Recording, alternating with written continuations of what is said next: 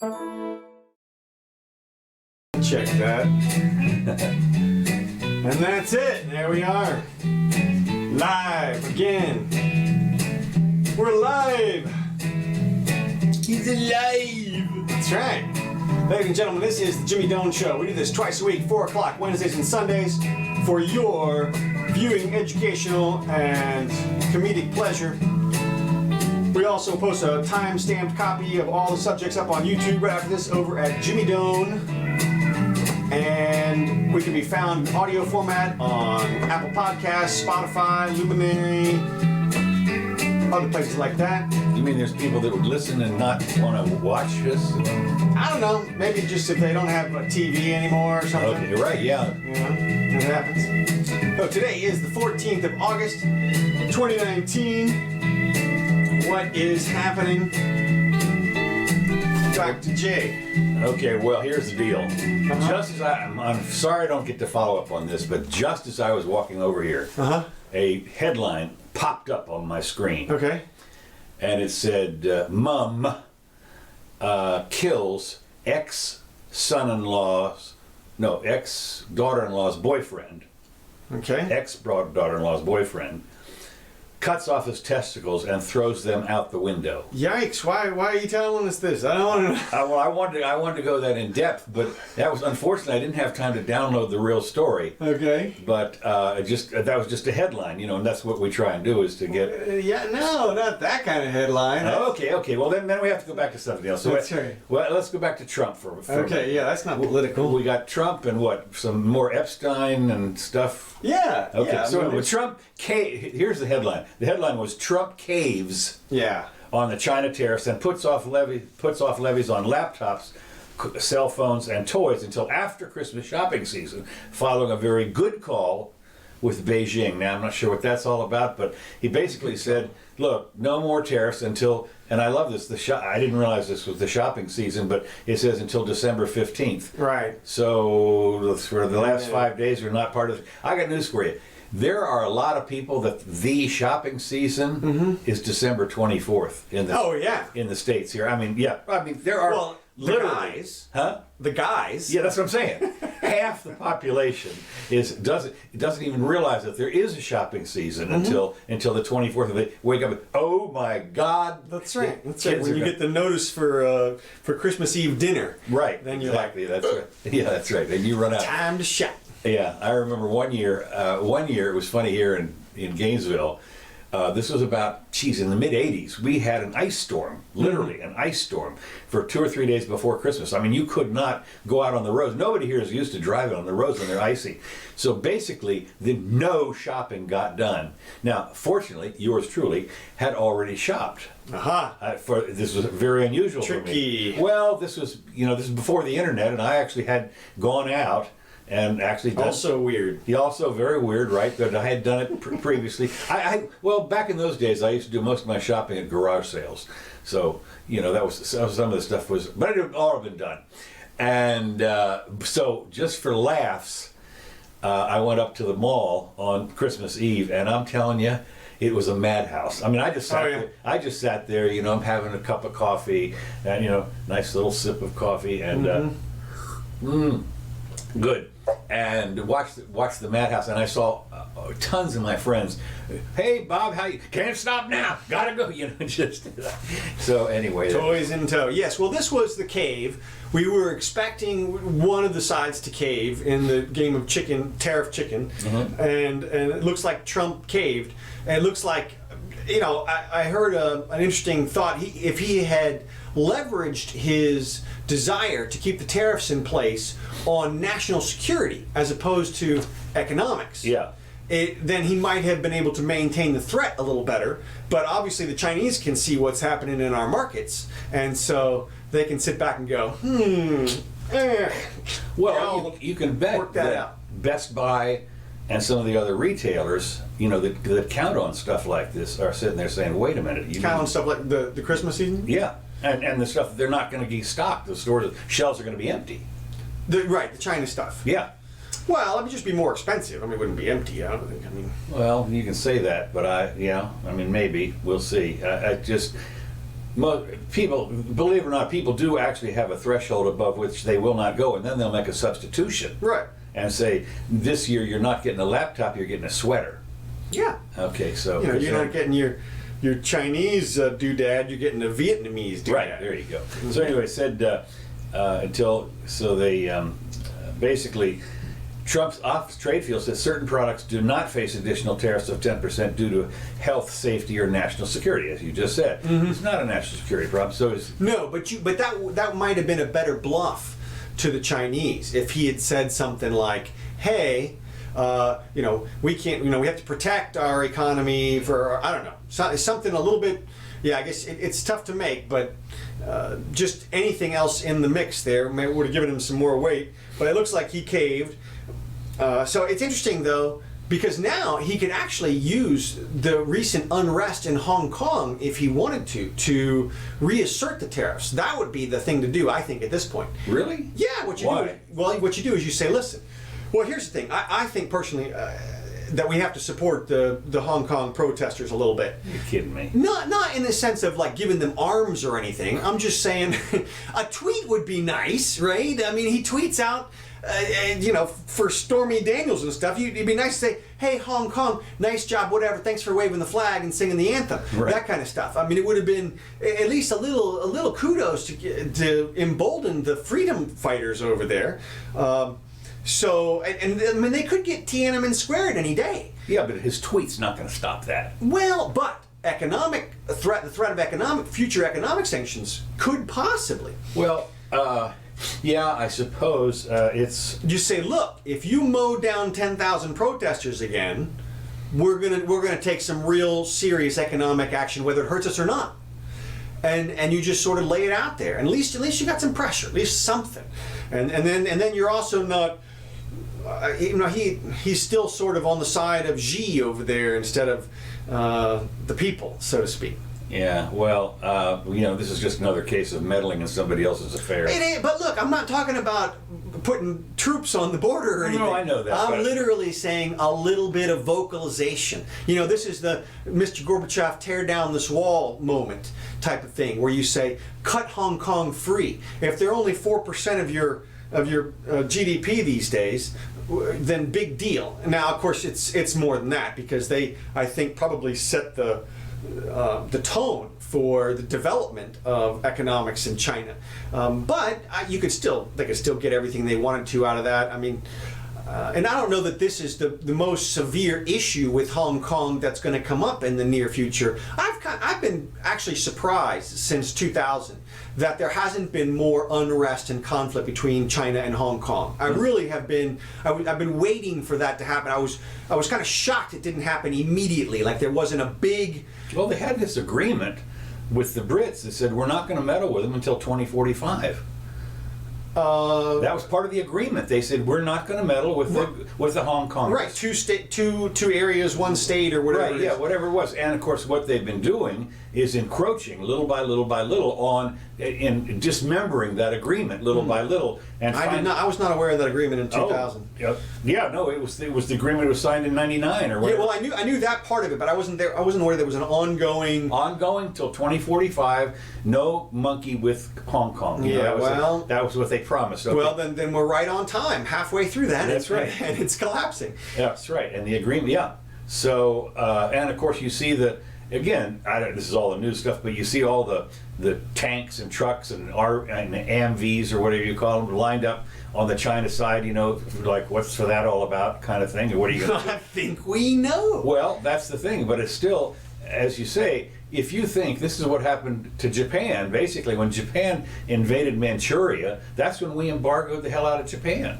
Okay. And that's how did it work out? Well, they decided to bomb Pearl Harbor.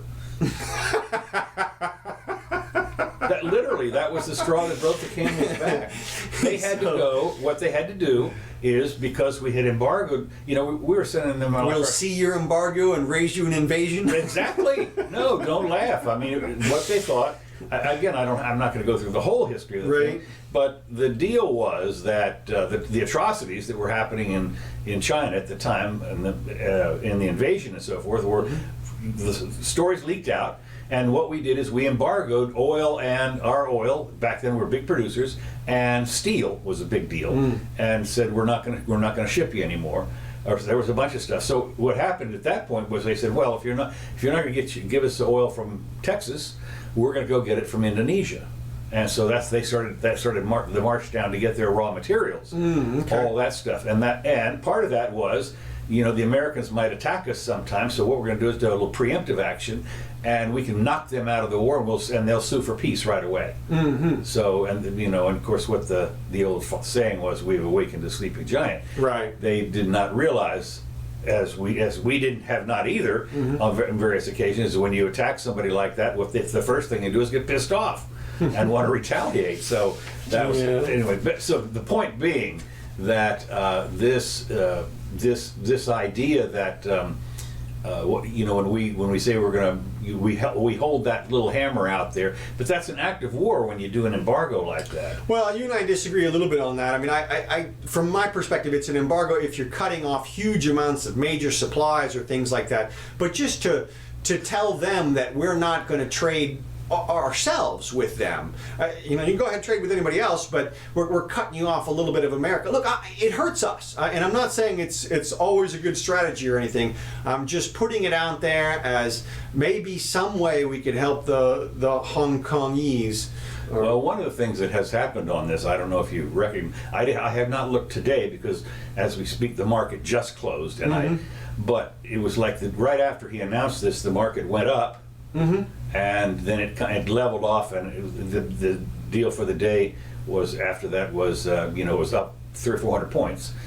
Apparently, in the last 2 days, it's dropped a lot. I mean, it was down like 900 points or something. Right. Well, everybody's seen now the inversion of the 2-year and 10-year note rates. Right. The yields. What I'm saying, all of that, a lot of that stuff is people are starting to panic that we're going to head into a recession. Right. And I'm going to talk about that here in a minute. But well, one more thing before we get off of China, I want to point out something else I also saw this week, which was, we have heard a lot about our concentration camps on our borders.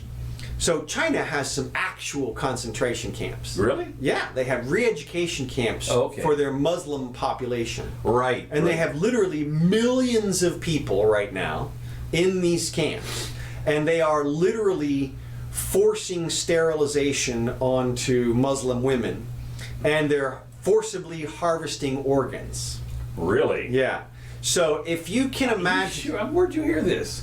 This was on Fox or National Enquirer or The Sun or something. The Globe. It was one of those. But and look, it could be all BS, but it was a pretty lengthy story, and I want to believe it. Okay. So no, I don't want to believe it, but it very well could be accurate, and if so, it really is a marked contrast between our concentration camps where they're lacking toothpaste and toilet paper and showers or something versus when they're lacking kidneys. Right. Like that. Exactly. Yeah, that's. That is a real, actual socialist concentration camp. If you want to see what socialism is up to, look at that. Look at Hong Kong, and then you'll see what real socialism. Yeah. How they take care of their problems. Yeah. Well, of course, that's it's kind of like what we did with the engines. We limit. If you don't like them, you eliminate them. You only engine is a good engine is a dead engine. But that was a long time ago. Yeah, we changed. We've changed right since then. Okay, yeah. Okay, it'll be interesting, I suppose, to follow up because this also follows up with. It was well known, for instance, about the Holocaust in this country. And we still didn't do anything about it. Is what I'm saying. That we're still a lot of anti-Semitism in the Second World War. So that's another story entirely. When they know about this stuff and don't do anything. Okay, but next on the next thing that's really important, I sent you a picture of this and I of the guy.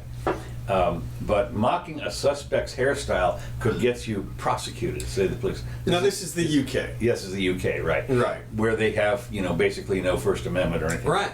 And they've actually criminalized insults. Right. Yeah. They actually have. Now, I guess if it's dry wit, you're still okay. Well, you say that, but you're okay in the UK. It's police have warned the police. The people who have the guns have warned the social media users they faced arrest if they troll a wanted drug dealer by mocking his distinctive hairstyle. Now, I should have brought the picture over here. I sent it to you, but it's a weird looking kid, Duke. You know, I mean, I mean, it looks like he's bald, and there's a guy with hair standing behind him. Yeah, and so in the shape the of comments were literally millions of comments on this guy, and he's totally recognizable. So on an online appeal to catch the criminal, what they did is they posted this picture, said, if you see this guy, give us a call. Well, of course, they said things like he was wanted for breaching his license release conditions. Probation or something, pretrial release. Yeah, pretrial release or something like that.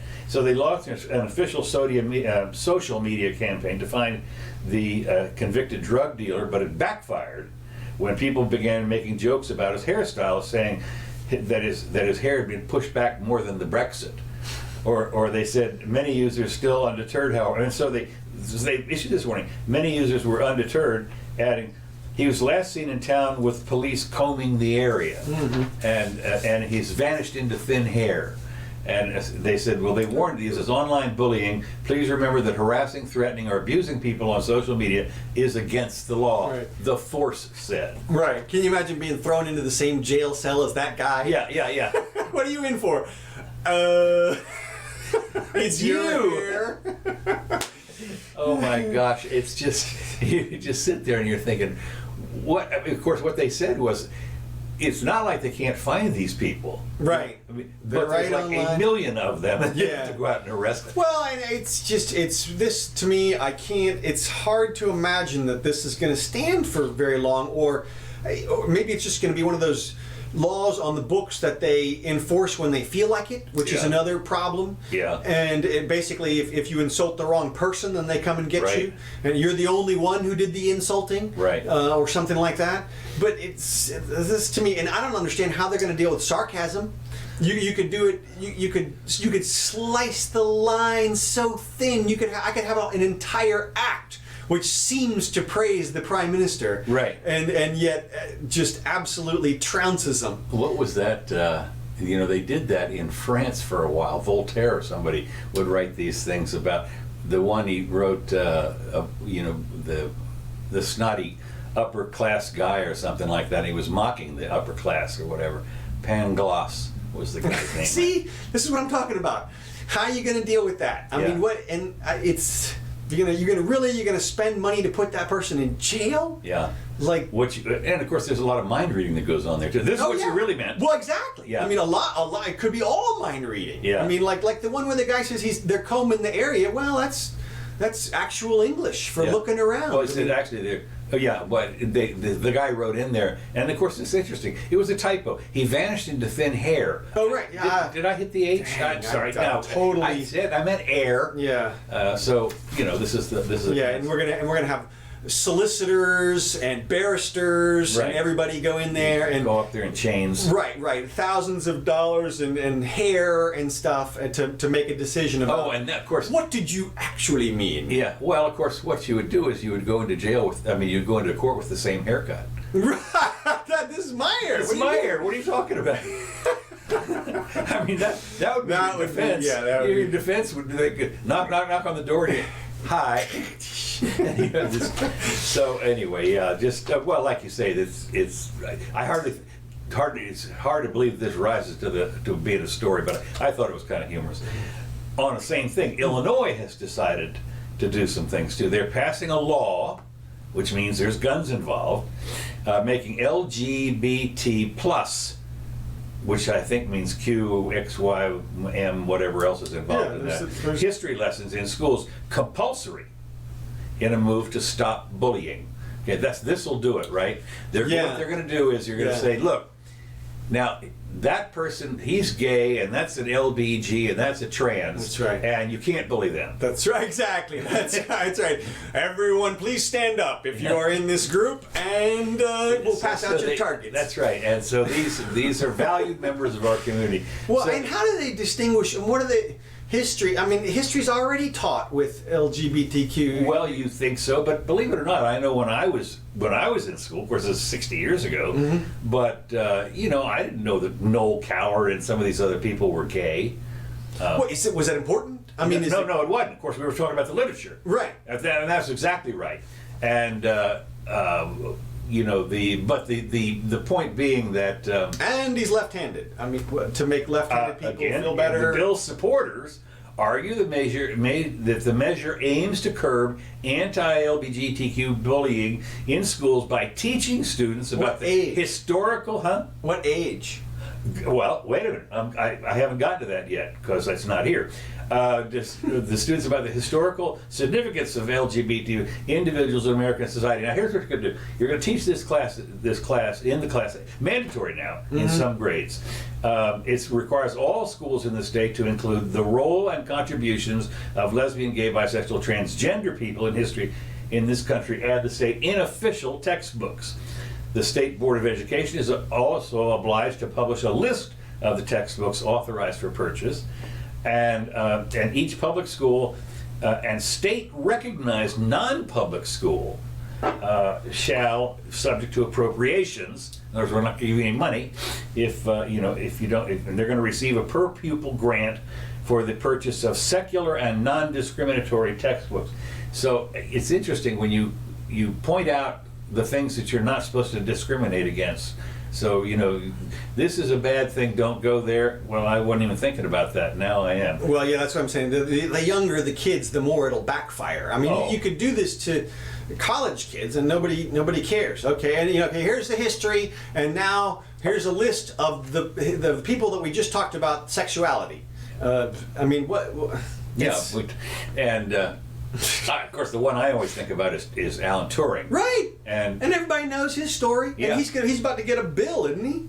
Yeah, he could. He's getting like his face on one of the notes over there. So teach them the full breadth of history.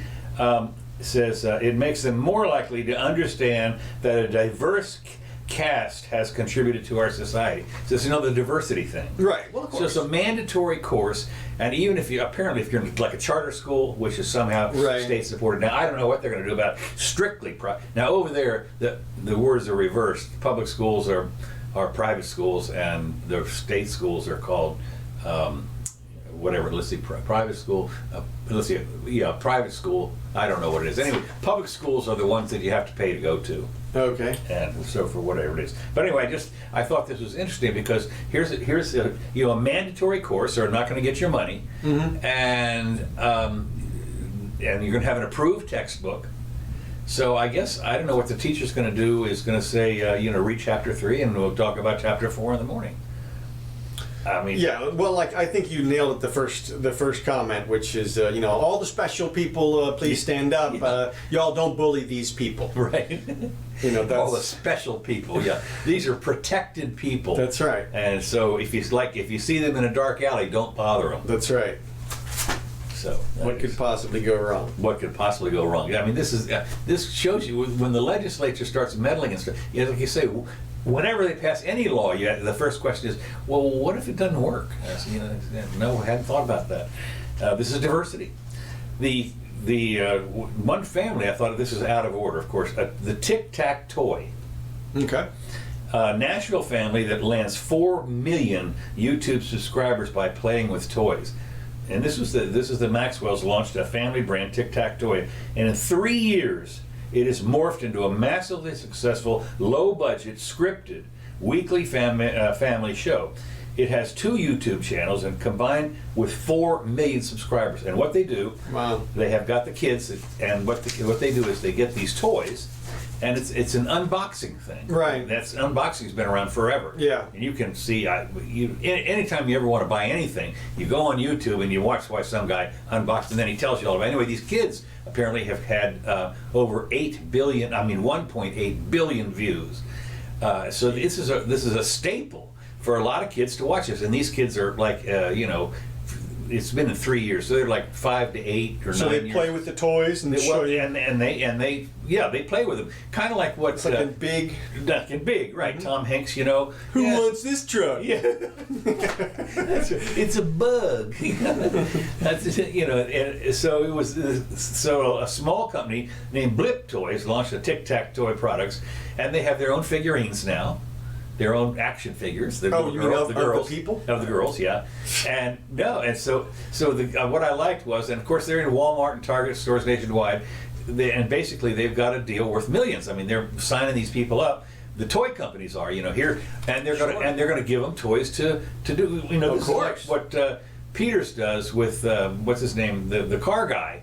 And they let him drive cars to evaluate them. I mean, you don't have to pay for them. Mm-hmm. And so this is kind of a normal thing when you go out there, and it's a sponsorship. Cheap deal. advertising. Right. It is. So they're going to pay him money also. You can bet on that. I mean, they don't get just the toys. I mean, they're certainly going to be. Look. Well, they get tons of advertising dollars with 1.8 billion views. Right. Well, that's the thing. And so you got to understand that that. If you certainly would not only give them the toy, but you'd give them $5,000 to promote it. I mean, it's going to be an auction. It's going to be look. It's a 1-hour show once a week or whatever it is. Mm-hmm. And so this is called product placement. Mm-hmm. Oh, not going to play with Mattel. We're going to play with this one because we're going to give you $10,000. Right. So anyway, they've tried to. Obviously, the parents have tried to keep this to real, and apparently they do. But it's scripted. Mm-hmm. But I love this. Here's two of the comments. As a real parent, as opposed to these other people are fake parents, I guess, I refuse to allow my child to watch other kids play. I am willing to take the time to spend with my child at the playground, swimming, reading books, or other quality things. But watching children play when you could be playing is a no-no.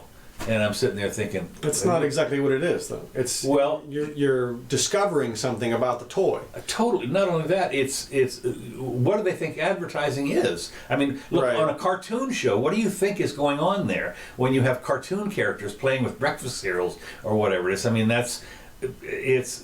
somehow this is the jealousy thing. These kids are getting paid a whole ton of money. Why aren't my kids getting paid? And that sort of thing. But if you think that they're immune, the kids are going to be immune to this sort of thing, you're nuts.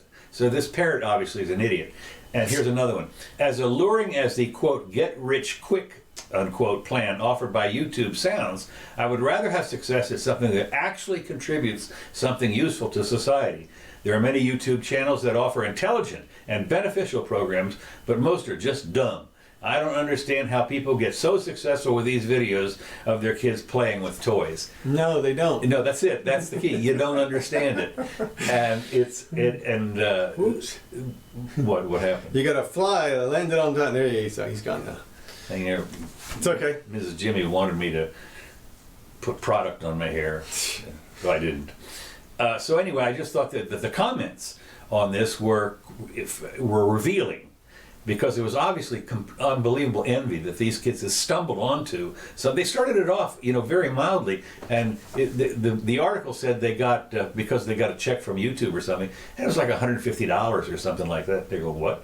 And within 3 years, they're getting, literally deals worth millions. Yeah. And I hope they're going to put the money in a trust fund for them. I'm thinking, shut up.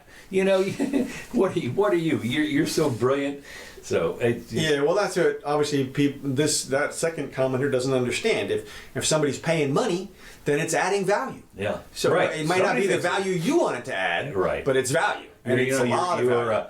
What is it? You're exploiting your children for monetary gain.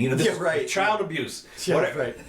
Look, they're teaching children and parents how to interact better using the products, using the toys. Well, it is interesting. What could be more valuable? Apparently what's happened is at least the father has scripted a lot of the stuff now. Well, yeah, you said that a couple times. Yeah, I don't understand that anymore. Apparently he's told the kids kind of what to say, how to act, how to be, wave their hands, whatever it was. Right. And they showed a picture of him actually doing the filming with his little GoPro or whatever it was. So I thought it was interesting that the comments were, about half the comments were derisive. Something like this. Now we get on to pot. Woo! Growing pains for the pot industry in the famed California wine region. Now, what do you think that might be?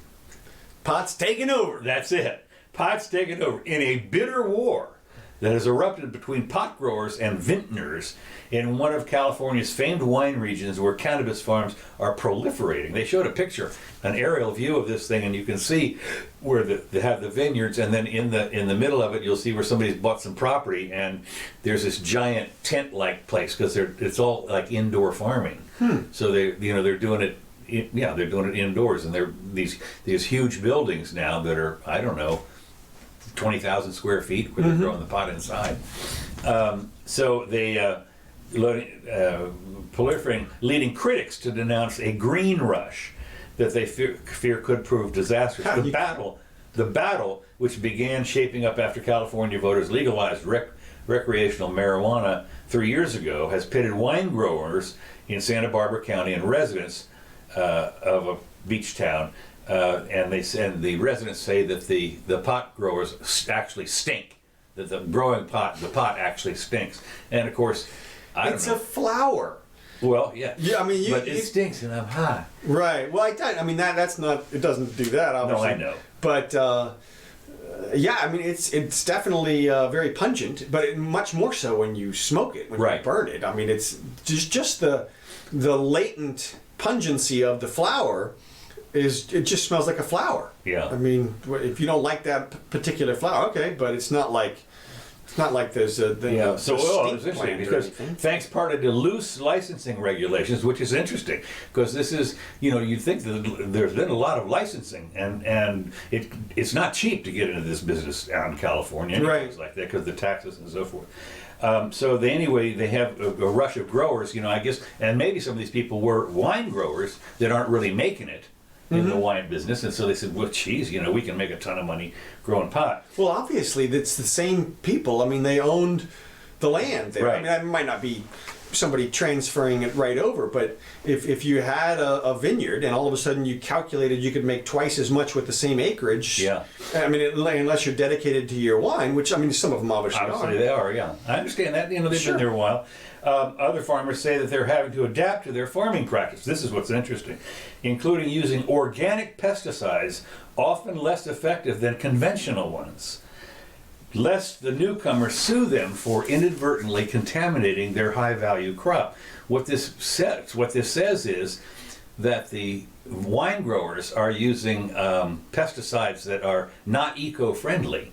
Right, and that actually would destroy someone else's property. Right, and so because it would have to damage the property. So they've been forced. One of the wine growers is saying, "Look, I've been doing 40 years of this stuff on wine growing, and I'm going to lose because I can't use the really deadly pesticides.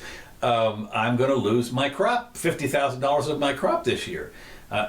Because I had to switch to a pesticide that is not as effective for mildew. And I'm thinking, well, so wait a minute, this is California, the left thing, and you're telling me that for 40 years you've been using a poison pesticide that is, cancer, whatever the hell it is, Roundup, whatever it is, and now you're going to have to switch to something that's more organic and eco-friendly? Your Chardonnay is contaminating our weeds. It's right. So wine growers, and of course here's the other thing: the wine growers had in turn, they fear that their grapes could be contaminated by particles from the pot plants. And I say your pot has particles from a pot. What are you talking about? How many particles have come off of a? And as I say, a lot of the stuff's indoors. It's not outdoor. Right. I mean, but so when you come up with something like this, hey, it's particles. Yeah, well, show me. I mean, particles contaminating, and when you think about all the stuff that's in the air anyway, right, that could contaminate a grape, why would I could see it happening, but too bad. Look, that's what we have tort laws for. It's why we have separation in property. That's literally why we have separation in property. And if one person's property contaminates another person's property, then yeah, you go to court and you work it out, and all you determine is the facts of causation, and that's it. And then it's ownership, and so that's it. So, but I would find it hard to believe in this day and age that you go into court and say I had to use a non-poisonous pesticide. That's not going to fly very well. I'm going to say. Yeah. Normally, I get to poison their land. Yeah, exactly. But this time I was totally not allowed to. I can't do that. I mean, so yeah, that's. Wow. So the next thing that comes up here on my list, Let me just see how we're doing here. Okay, we're doing fine. The Fed considers a new tool for the downturn. Now, what I read this article, and what it showed to me is, of course, that the Fed, we've been saying for years, along with Ron Paul and some other people, that the Fed has been probably the most destructive thing to this country ever since the Federal Reserve Act was passed in 1913. So it's been, a little over 100 years. And the Fed has destroyed the economy, especially in the last 30 years, because they've meddled in it to an extent with all their rules, and they don't realize what they've done. And the way you do, well, they inflate the economy is what they do. And basically, when you realize that by any measure in the last 100 years or so, that the value of a dollar has decreased by well over 95%. Mm-hmm. And you only have to realize, as when I was growing up, Cokes were a nickel or a dime. Literally, you would put a dime in a machine, and out it would come. And you drink it. It was in a glass bottle. You'd leave the bottle there, or you maybe get a nickel, or you get a couple pennies back for it when you turn it in.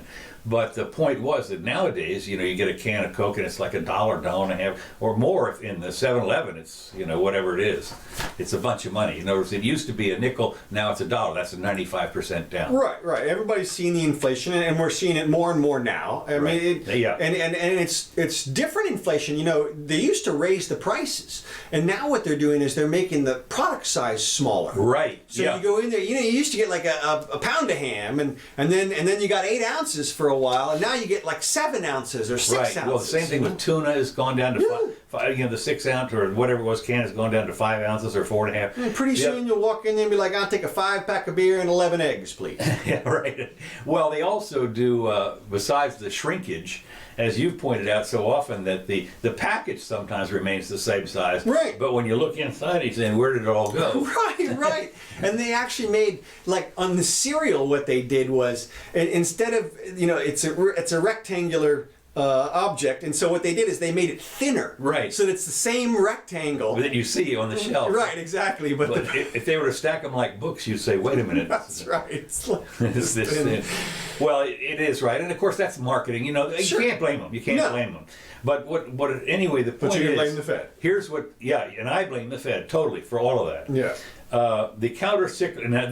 Now I'm going to get into something here. I'm going to read a little bit of what I call Fed speak. Okay. Which is gibberish. We got it. We got smart audience. That's right. Gene, Bill, Tiffany. The counter-cyclical capital buffer. Okay. The counter-cyclical capital buffer would require banks to hold more capital should the economy show signs of overheating. Federal Reserve officials are weighing whether to use the tool that could reduce the risk of a credit crunch in a downturn. So a credit crunch in a downturn would mean that the banks wouldn't loan money. The tool is known as whatever, I just read it. It allows the Fed to require banks to hold more loss-absorbing capital should the economy show signs of overheating, blah, blah, blah, and less of it during bad economic times. The buffer applies generally to banks, big banks, including Citigroup and so forth. The Fed's Board of Governors so far hasn't used the tool that it approved 3 years ago. Its rule says that they could turn it up when the economic risks are meaningfully above normal, and reduced when they abate or lessen. I mean, and who measures that? Well, that's specific. Yeah, not even remotely. Now, some officials are saying, well, it's time to use this tool now. Mm-hmm. And others are saying, no. And of course, wait a minute. There are 12 Fed governors, mm-hmm. and so some of them are saying yes, and some of them are saying no. These are the geniuses, right? Mm-hmm. It ought to be painfully obvious by any objective measure that whether to use this tool or not, supposedly, according to their own criteria. Right. Deciding whether to use the buffer is somewhat fraught, though. And here's one of the reasons: is when you require this is one of the real problems with the money system, the reserve system, how much you have to hold in reserve. Because what has happened? I mean, there's a quick lesson here. In the old days, what happened is you put your money in the bank, and it was a domain, and you could get it out anytime you wanted to. Well, it turned out the bankers weren't idiots. They found out that people would use the little piece of paper that they gave them as trading rather than coming to the bank each time and getting their gold out. And they said, what? It turns out that never more than half the people ever come in here to actually get their money out. And so I can loan out that money. I can, over subscribe that money. Well, right now the reserve requirements on a bank are like 5 or 10%. Yeah, I was going to say that was around 5%. Yeah, it's steadily going down. And so the banks are required, and where they make their money is on that 95% Right. that they loan out. Well, of course, if you raise the reserve requirements to say 10%, suddenly they're not able to loan as much money, and especially at this point when the rates are like nothing, you have to loan out a lot of money in order to make any money at all. Or what you do is you charge $35 or $40 for a bounce check, or Right, and that's what they've done. Banks have made up a lot of their revenue by charging extra fees. I think they're up to like 40%. Wouldn't doubt for it. the major banks. Yeah, and they can trap you anytime. I mean, unless you hold $10,000, $15,000, $20,000 in cash in the bank, you get a monthly charge. Right. So, and that did. I remember when I first came here to the university, they would beg you to come in there and put your money in there, and it was free. It was free banking. Well, for students, it wasn't totally free. You had to buy the checks, and the checks were like a dime, and then you could write them all day long, if you wanted to. But basically, that was the fee. So, so anyway, but. The federal governor, so and so, and then it says an Obama appointee favors turning on the buffer now, and raising capital requirements for the banks. Well, of course, the banks are obviously not too crazy about this, because they say, well, we have enough buffer. We've raised our reserve requirements. And isn't that an opposite, like you said, a counter-cyclical move? Isn't that an opposite move from the lowering of the rates? I mean, you lower the rates.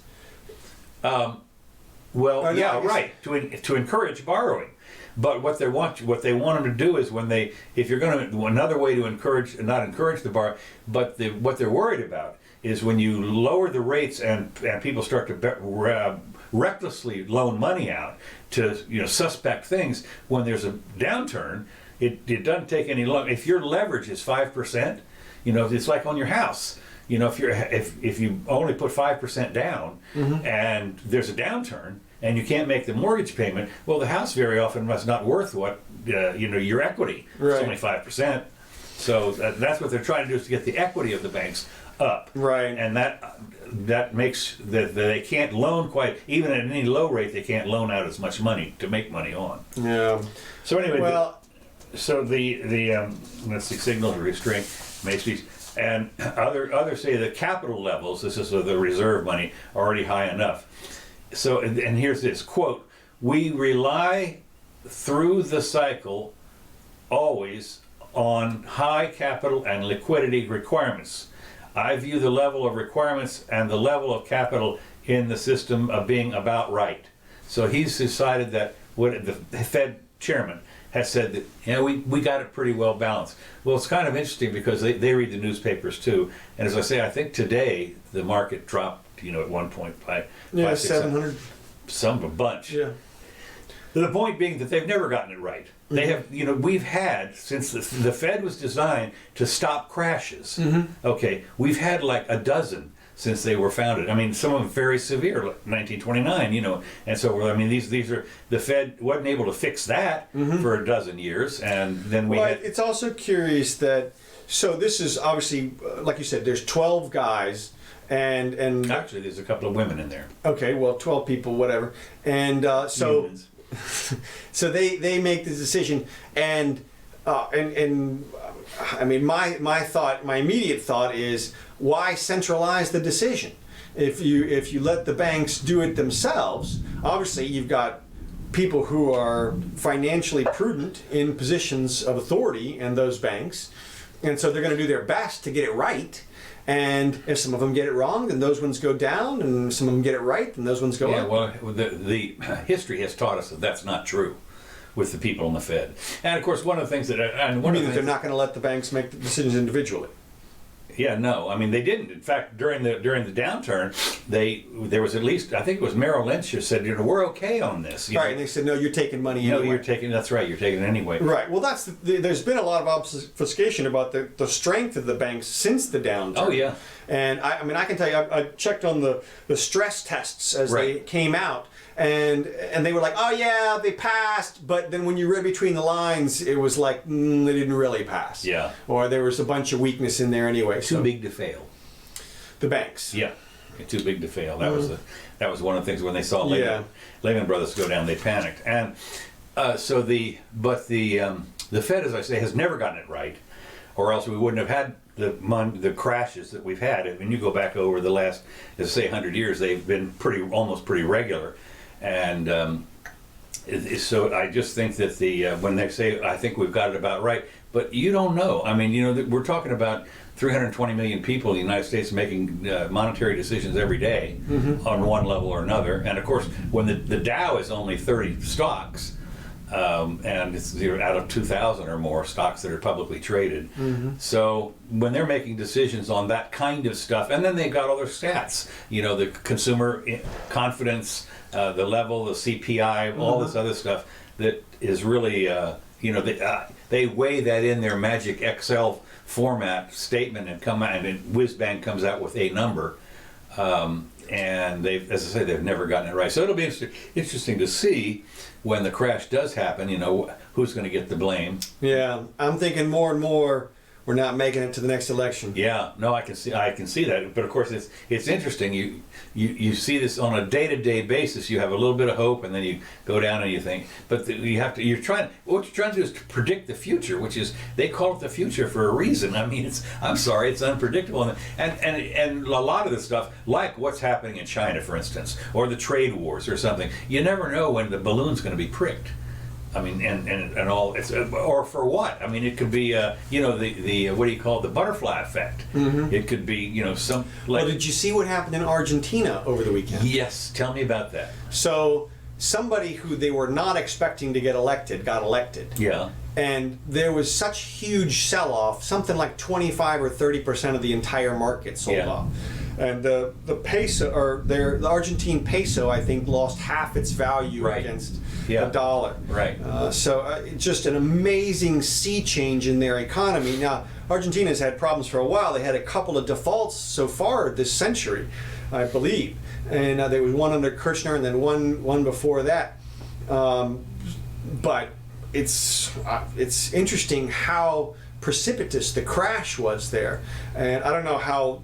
Well, one of the problems you have, of course, in all these countries is when you have a central bank and there's a crash, everybody goes down. The one thing that did happen before central banking, basically, or when we were still on the gold standard, they had a lot of banks that failed, but those were local banks. Well, that's what I'm saying. Diversification is safer and more stable than having a centralized Federal Reserve System or centralized banking. 12 guys, it's private, supposedly it's private. Yeah, me too. So, yeah, right. So, and of course, what's going on is the U.S. long bond yield. This is, I thought, very surprising. I've watched this 10-year note for a long time, but the long bond, which is a 30-year note bond, as nears an all-time low. As global anxiety grows, the yield on the long bond tumbled as much as, it tumbled down to about 2.12%, which means that if you want to put your money in a fixed amount, you can get 2.12% from a government bond. Well, that's not, if inflation is running at 2.13%, you're losing money. Yeah. Of course. My guess is you would buy those bonds to sell them after the Fed reduces rates even more? Right. Well, this is what, exactly. And of course, one of the things that I personally thought, when the 10-year note got below 3%, I said, well, that's it. This is, you don't want to buy that one because the rates are going to go up from here. That was a historical low as far as that. No, and those rates have gone down. I mean, if you'd bought a 10-year note, a year, 2 years, 3 years ago, you'd have made lots of money. Well, there's people counting on that happening from here, I would imagine. Yeah, the problem is, how much lower can it go? Of course, you can get into, as we've seen, you can go negative. Now, we've never been negative yet. We've been here. In this country, right? In this country. Now, we've been negative when you weigh in inflation on what your money's actually, but technically, if you go and buy as we said, in Denmark or someplace, and sometimes in Switzerland, you could go, or Germany, they issued some notes that literally yielded minus. Yeah, no, Germany is deep in them right now. And Yeah. like I said last week, there's $15 trillion worth of notes worldwide which have negative yields on them. Wow. So, it's Germany, Japan, a few of the other major countries. But can you imagine somebody going out and buying? Now, of course, a lot of this is as governments or other banks that are buying these notes and stuff. I mean, I don't know if people just walking in the door or say, "Let me have one of those negative yield." Well, like I just said, you buy the negative yield now, you wait 6 months, all of a sudden it's a way better yield than somebody else can get, so they buy your note from you. Okay, yeah. And you make a profit, and then That would mean the negative yield would have to go even more negative. that's what I'm talking about. Yeah, right. Well, that's and again. That's the only reason you would buy negative yields, I would Well, think. in the case of Switzerland, the reason why you would buy a negative yield is because they were denominated in Swiss francs, which appreciate. Okay. I mean, the Swiss franc, when I was over there years and years ago, it was worth about 30 cents. And they're now like $1.12 or something, I think, Okay. for a Swiss franc. So, what you would think would be that you could buy a negative yield, the item for a negative yield, but when you went to cash it back in, it would be worth more in terms of the dollars. So, who knows? Anyway, that's where we're headed, and it'll be interesting. I mean, it won't be long. I think it won't be long. Like you say, we're not going to, we're holding our breath. Because it's going to be literally, what is this? This is August, so we're talking about 12 months, 13 months.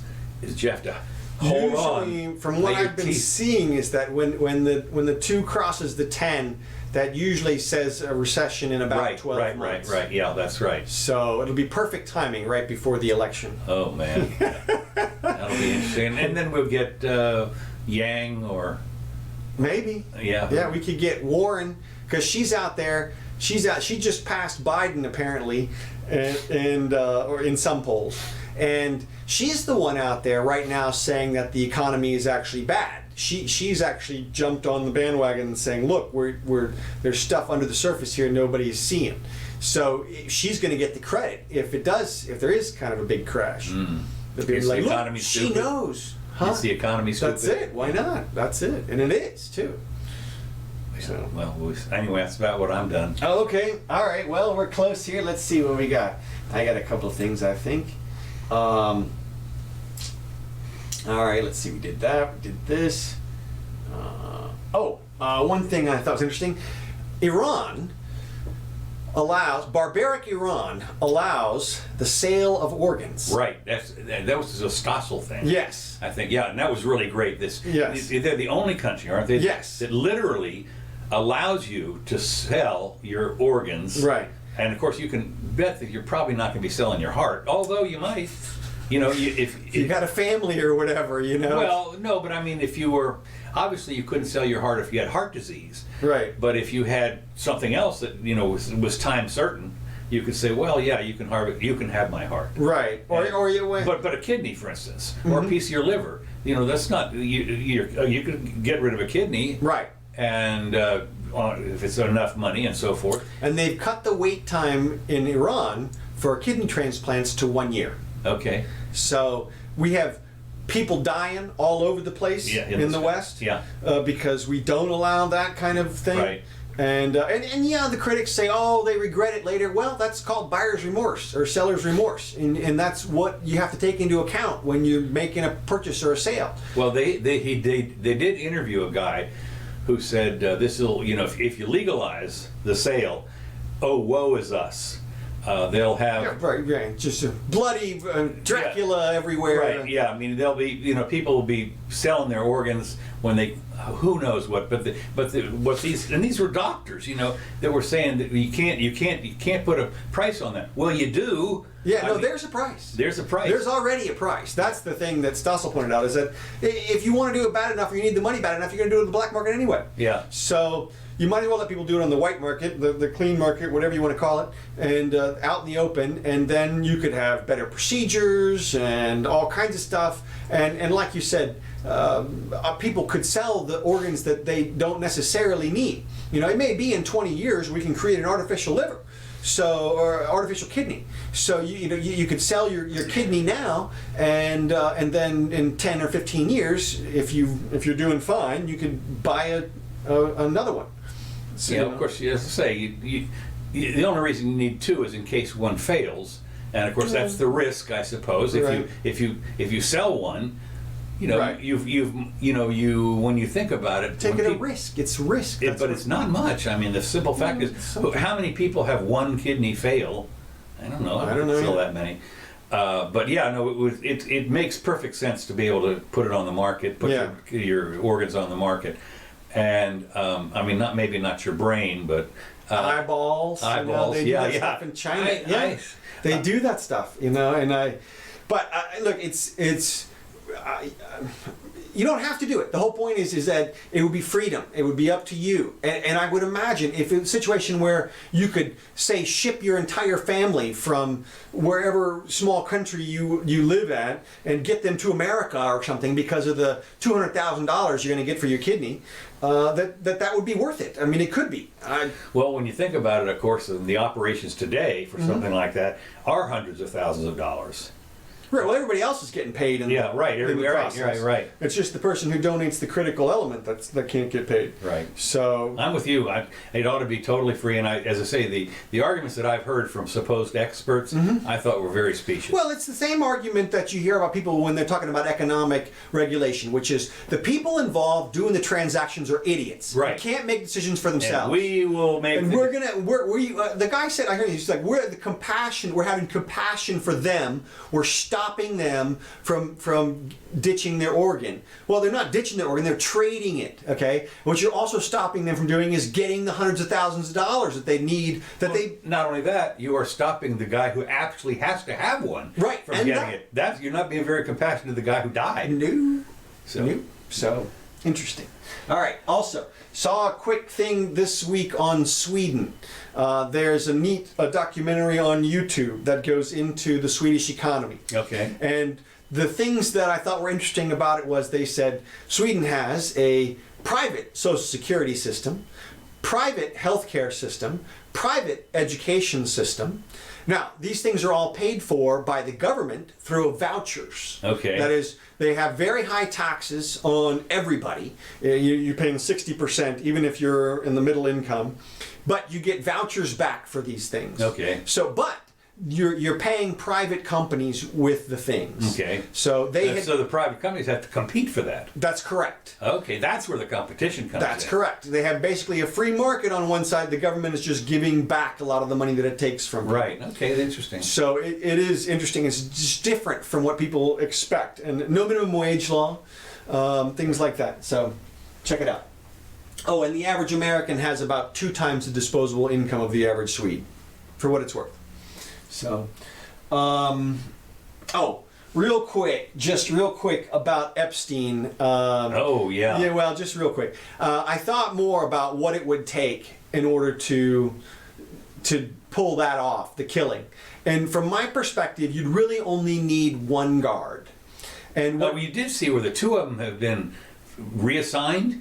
Well, and the warden was fired or something? No, I didn't see that. Oh, yeah. No, 2 of the guards were absolutely transferred, and of course the guard union guys said, "Oh, well, they're transferred like that all the time." Well, they probably are. And the warden, but the warden was either fired or transferred. I didn't hear that happened like yesterday. Okay, well, I didn't hear about that, but I thought about how you would do it. I was trying to think how you would accomplish it in the prison, and the way that you would do it is you have guys in control rooms in these prisons that operate the doors in sectors of the prison.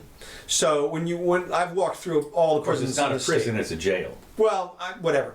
I've been through all the holding facilities in this state, and they're all the same in terms of what you have to do. You walk up to these doors, these magnetic doors, which are controlled from a central location. There's a camera, they can see you, you wave at the camera, you hear the door click, the lock clicks, and then you can open the door, basically. And then you walk through. So one person operates your movement through the halls, basically. And all they would have to do is get an incentive to one of the prisoners. They basically find somebody who's already predisposed to kill the guy because they know he hates pedophiles or something like that. And they go in there and they say, listen, you take care of the situation for us, and after you get out, we'll compensate you, or, you know, take care of your family, or whatever it is going to be. And then the control room guy simply shuts off the hallway camera and then opens the door. Now, there won't be any electronic signatures to that kind of stuff. That is to say, there's not like a readout of everything that's happened, all the doors that have opened. I don't think that's the case. I think that it's just electric and it's open and nobody knows. And so you could easily have somebody let somebody into his cell, and of course they would strangle him with the bed sheet still. Right, yeah. Because you would want it to look like a suicide. So the autopsy is going to be inconclusive. But there was reports of screaming. Yeah.